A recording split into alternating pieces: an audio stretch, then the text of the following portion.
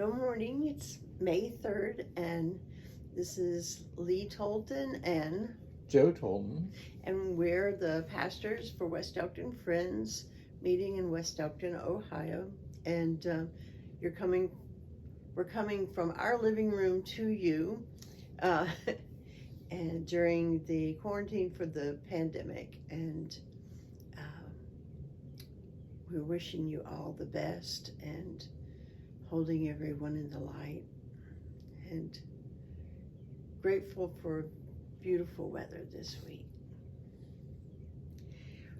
This morning's service is focused around the book of Genesis, and it starts with the Genesis 8.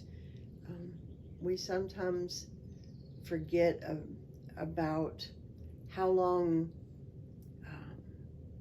Noah had to wait to finally get out of the ark, and what that must have felt like for him.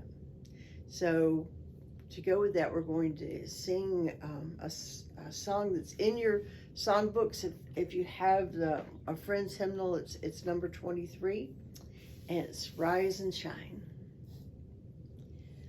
The Lord said to Noah, there's gonna be a floody. God said to Noah, there's gonna be a floody. The whole world is gonna be muddy, children of the Lord. It rained and rained for 40 nights and days. Rained and rained for 40 nights and days. Daisies almost drove those animals crazy, children of the Lord. Then the sun came out and dried up the landy. Sun came out, dried up the landy. Everything was fine and dandy, children of the Lord. And Joe's going to read the scripture for us today, which is Genesis 8, 1 through 18. But God remembered Noah and all the wild animals, and the livestock that were with him in the ark. And he sent a wind over the earth, and the waters receded.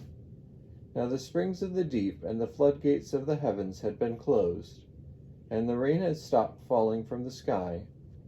The water receded steadily from the earth. At the end of 150 days the water had gone down. And on the 17th day of the 7th month, the ark came to rest on the mountains of Ararat. The waters continued to recede until the 10th month, and on the first day of the 10th month, the tops of the mountains became visible. After 40 days, Noah opened a window he had made in the ark, and sent out a raven, and it kept flying back and forth until the water had dried up from the earth. Then he sent out a dove to see if the water had receded from the surface of the ground. But the dove could find nowhere to perch, because there was water all over the surface of the earth. So it returned to Noah in the ark. He reached out his hand and took the dove and brought it back into himself in the ark. He waited 7 more days and sent out the dove from the ark. When the dove returned to him in the evening, there in its beak was a freshly plucked olive leaf. Then Noah knew the water had receded from the earth. He waited 7 more days and sent the dove out again, but this time it did not return to him. By the first day of the 1st month of Noah's 601st year, the water had dried up from the earth. Noah then removed the covering from the ark and saw that the surface of the ground was dry. By the 27th day of the 2nd month, the earth was completely dry. Then God said to Noah, "Come out of the ark, you and your wife, and your sons and their wives. Bring out every kind of living creature that is with you, the birds, the animals, and all the creatures that move along the ground. so that they can multiply on the earth and be fruitful and increase in number on it. Stop. There's